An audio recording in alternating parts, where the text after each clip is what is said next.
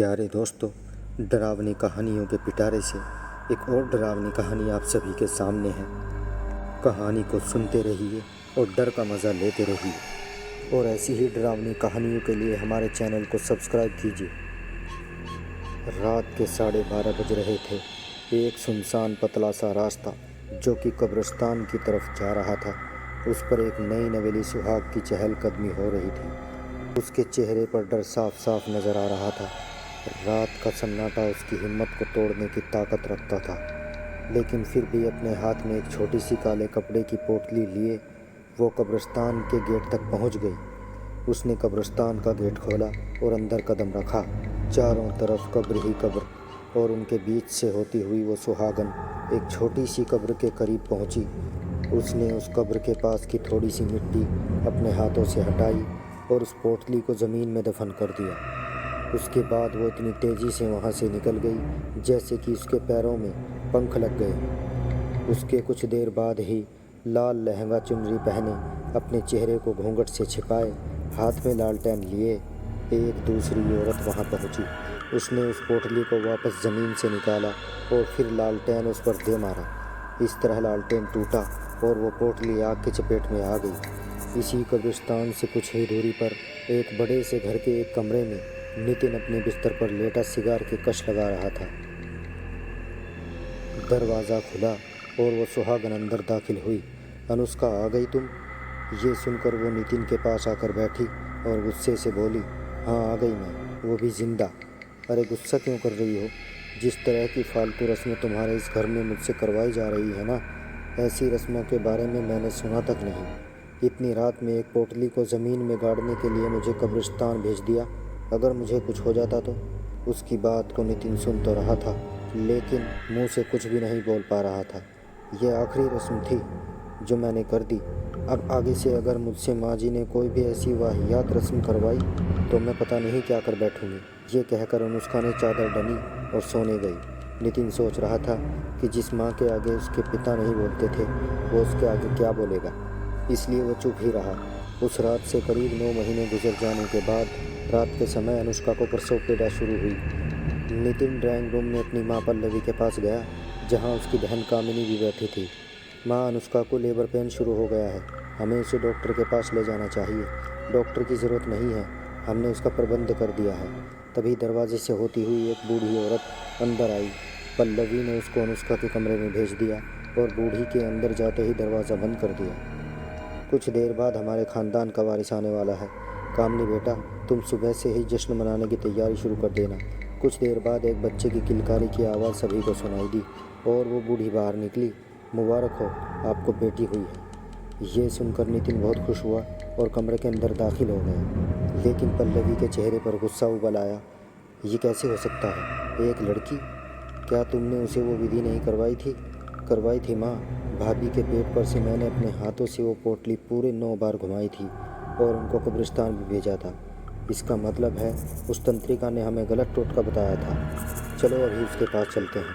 पल्लवी ने कामिनी को अपने साथ लिया और उसी टाइम घर से निकलकर शमशान भूमि की तरफ रवाना हो गई।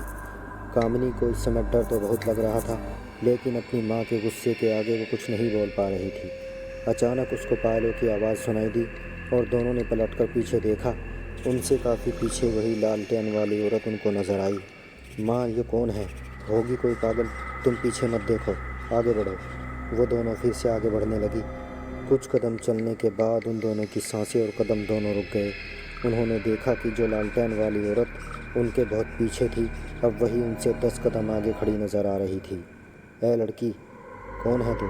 पल्लवी ने उससे सवाल किया। उसने धीरे से अपना लालटेन चेहरे के करीब लाकर उन दोनों को अपना चेहरा दिखाया, जिसे देखकर पल्लवी और कामिनी दोनों का दिल दहल उठा। दोनों चीखती चिल्लाती हुई अपने घर की तरफ वापस भागने लगी। वो सीधा अपने कमरे में आकर रुकी और लंबी लंबी सांसें लेने लगी। मम्मी, वो औरत कौन थी? कितना भयानक चेहरा था उसका। वो कौन थी? इस बात से ज़्यादा मुझे चिंता इस बात की है कि अनुष्का ने जिंदा लड़की कैसे पैदा की। उस तंत्रिका ने कहा था कि अनुष्का के पेट पर से उस पोटली को 9 बार घुमाकर अनुष्का के हाथों ही कब्रिस्तान में गड़वाना है। उसके बाद अगर अनुष्का के पेट में लड़की हुई तो वो पैदा होने से पहले ही मर जाएगी, और लड़का हुआ तो ही वो सही सलामत पैदा होगा। इसका मतलब है कि उस तंत्रिका ने हमें बेवकूफ़ बनाया है। कोई बात नहीं, अगर वो टोटका काम नहीं आया तो हम खुद उस नवजात बच्ची को ख़त्म कर देंगे। इस इरादे के साथ पल्लवी ने कामिनी के साथ मिलकर एक प्लान बनाया। अगली सुबह अनुष्का और नितिन अपने कमरे में अपनी नवजात बच्ची के साथ खेल रहे थे। तभी पल्लवी वहाँ आई। प्रणाम माँ जी, आपने तो अपनी पोती की शक्ल तक नहीं देखी। देखिए ये कितनी प्यारी है, इसका नाम हमने पिंकी रखा है। ये सुनकर पल्लवी ने एक बार उस बच्ची की तरफ देखा और बोली, बहू, मोहनपुरी गांव में हमारी पुश्तैनी हवेली है और हमारी कुलदेवी का मंदिर भी है। अब तुम माँ बन गई हो, समय आ गया है कि हम सब वहाँ जाकर कुलदेवी की पूजा करें और कुछ दिन वहाँ रहें। जी माँ जी, जैसा आप कहें। घर के सभी मेंबर उसी दिन कार से मोहनपुरी गांव की तरफ रवाना हो गए। पल्लवी पल पल अनुष्का की गोद में सो रही उस प्यारी सी बच्ची को कोस रही थी। कुछ घंटों बाद शाम के 7 बज चुके थे। उनको एक ढाबा नजर आया तो पल्लवी ने नितिन से कहकर गाड़ी उस ढाबे पर रुकवा दी। चलो यहाँ सब खाना खा लेते हैं, थोड़ी देर यहाँ रुककर आगे बढ़ेंगे। ये सुनकर सभी लोग गाड़ी से उतरे। एक पुराना सा ढाबा जहाँ टेबल की जगह कई चारपाई बिछी थी। पल्लवी ने कामिनी को इशारा किया, जिसे समझकर वो अनुष्का के पास गई। लाइए भाभी, जब तक आप खाना खाती हैं मैं पिंकी को संभाल लेती हूँ। अरे नहीं कामिनी, मैं एडजस्ट कर लूँगी। कामिनी ठीक कह रही है, अनुष्का कम से कम खाना तो आराम से खाओ। चलो पिंकी को कामिनी को दे दो। ये सुनकर अनुष्का ने पिंकी कामिनी को थमा दी। कामिनी भी उसके साथ खेलने लगी और उसको लेकर टहलने लगी। कामिनी, वहाँ कहाँ जा रही हो? अरे भाभी मैं यहीं हूँ, आप फिक्र मत करो, मैं बस पिंकी को थोड़ा घुमा लाती हूँ। अनुष्का तुम खाने पर ध्यान दो ना, वो उसकी बहुत संभाल लेगी। अब अनुष्का और नितिन खाना खाने में लग गए। कामिनी पिंकी को ढाबे के पीछे वाले जंगल में ले गई, जहाँ से भेड़ियों की आवाज़ें भी सुनाई दे रही थी। अरे बाप रे, यहाँ तो जंगली जानवर काफ़ी ज़्यादा महसूस हो रहे हैं। वहाँ कह दूँगी पिंकी को एक भेड़िया खींच कर ले गया। ये कहकर कामिनी ने पिंकी को ज़मीन पर रख दिया और फिर बोली, पिंकी बेटा तुम यहीं आराम से लेटो, थोड़ी देर बाद भेड़ अंकल तुमको लेने आने वाले हैं। ये कहकर वो पीछे मुड़ी। तभी उसको सामने वही लालटेन वाली औरत नजर आई, जिसे देखकर कामिनी की रूह कांप उठी। उसको समझ नहीं आया कि वो क्या करे। डरते डरते उसने जैसे ही पीछे कदम लिया, उसका पैर मुड़ा और वो ज़मीन पर गिर गई। ये तो कामिनी की आवाज़ लगती है। ये सुनकर नितिन और अनुष्का भी उठ खड़ी हुई और तीनों डरी हुई हालत में ढाबे के पीछे जंगल की तरफ भागे। कामिनी के हाथ में पिंकी भी है, पता नहीं क्या हुआ होगा उसको। वो उसको आवाज़ लगाते लेकिन सामने से कोई जवाब नहीं मिल रहा था। तभी कुछ दूरी पर ज़मीन पर उन सभी को पिंकी पड़ी हुई नजर आई। पिंकी मेरी बच्ची। अनुष्का ने पिंकी को गोद में उठाकर प्यार किया और अगले ही पल पल्लवी चिल्ला उठी, कामिनी नहीं। सामने कामिनी की लाश पड़ी थी, उसके जिस्म से उसका सर और एक हाथ गायब था। यह खौफनाक मंजर देखकर सभी का दिल दहल उठा। मेरी बच्ची कामिनी। पल्लवी कामिनी की लाश के साथ बैठकर रोने लगी। अनुष्का और नितिन की आंखों में भी आंसू बह रहे थे और उनसे कुछ ही दूरी पर वही लालटेन वाली औरत खड़ी होकर ये सब कुछ देख रही थी कि मौत से पल्लवी की बुद्धि मानो भ्रष्ट हो गई थी और उसके दिल से यही आवाज़ आ रही थी, इस मनहूस लड़की की वजह से ही मेरी बेटी की जान गई है। मैं अब इसको खुद अपने हाथों से ख़त्म करूँगी। उन लोगों ने कामिनी के शरीर को मोहनपुरी ले जाकर उसका अंतिम संस्कार कर दिया और फिर वहीं पर अपनी पुश्तैनी हवेली में रहने लगे। अभी कुछ ही दिन गुजरने के बाद पल्लवी ने फिर से अपने काम को अंजाम देने के बारे में सोचा। उस रात पल्लवी ने बड़ी बेसब्री के साथ आधी रात होने का इंतज़ार किया और करीब 10 बजे वो दबे पाँव अनुष्का के कमरे में गई। अनुष्का और नितिन दोनों ही बेखबर सो रहे थे। उसने पिंकी को पालने से उठाया और फिर हवेली से निकल गई। अपनी गोद में पिंकी को लिए हुए वो जंगल के बीचों बीच बने एक तालाब पर आ चुकी थी। मेरी बेटी को खाने वाले डायन, भाड़ में जा। ये कहकर उसने पिंकी को छपाक से तालाब में फेंक दिया। उसके बाद जैसे ही मुड़ी तो उसको ज़मीन पर वही लालटेन रखा हुआ नजर आया। उसके चेहरे के हाव भाव बदल गए। तभी उसको पानी की आवाज़ सुनाई दी और उसने पलट कर देखा। तालाब के अंदर से 2 हाथ ऊपर निकल आ रहे थे, जिनके अंदर सही सलामत पिंकी पड़ी मुस्कुरा रही थी। फिर तेज़ी से पानी के अंदर से वही औरत अपनी गोद में पिंकी लिए हुए बाहर निकल आई। वो पल्लवी के ठीक सामने थी। उस औरत के कपड़ों से पानी टपक रहा था। उसकी खौफनाक सांसों की आवाज़ पल्लवी के दिल को अंदर से दहला रही थी।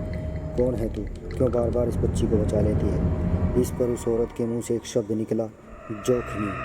ये नाम सुनकर पल्लवी के डर का कोई ठिकाना नहीं रहा। वो वहाँ से भागना चाहती थी लेकिन जोखिम ने उसके बाल पकड़ लिए। उसने एक ही झटके में पल्लवी की गर्दन उसके धड़ से अलग कर दी और इसी पल अनुष्का और नितिन भी वहाँ पहुँच गए। ये देखकर उन दोनों का दिल दहल उठा था कि पल्लवी की मौत हो गई थी और उसकी बच्ची घूंघट वाली एक अनजान औरत की गोद में थी। तुम जो भी हो, मुझ पर रहम करो। तुमने जैसे मेरी प्यारी सासू माँ को मार दिया, मेरी बेटी को मत मारना। मेरी बच्ची मुझे दे दो, मेरी बच्ची मुझे वापस कर दो। ये कहते हुए अनुष्का हाथों को फैलाए ज़मीन पर घुटने टेके आंसू बहाने लगी। मैं तुम्हारी बच्ची को मारने नहीं बचाने आई हूँ, और पहले भी बचाया था इसकी बुआ से, जो इसको ख़त्म करना चाहती थी।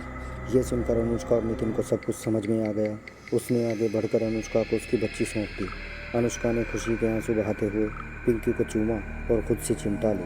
पुराने समय में अश्वत्थामा ने उत्तरा की कोख पर हमला किया था, जिससे क्रोधित होकर भगवान श्री कृष्ण ने उसको श्राप दिया था। उसके बाद उत्तरा ने मुझे यानी जोखिम को जन्म दिया, और मेरा काम माँओं की कोख और उनके नवजात बच्चों की रक्षा करना था।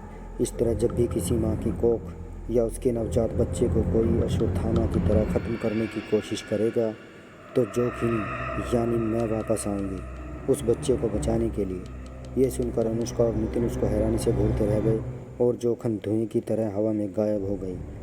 दोनों ने अपनी बच्ची को खूब प्यार किया और सामने रखे हुए उस लालटेन को देखने लगे, जो अभी भी मध्यम रोशनी के साथ जल रही थी। तो प्यारे दोस्तों, कहानी को अपने दोस्तों में भी शेयर कीजिए और हमारे चैनल को सब्सक्राइब ज़रूर कीजिएगा। बहुत बहुत शुक्रिया।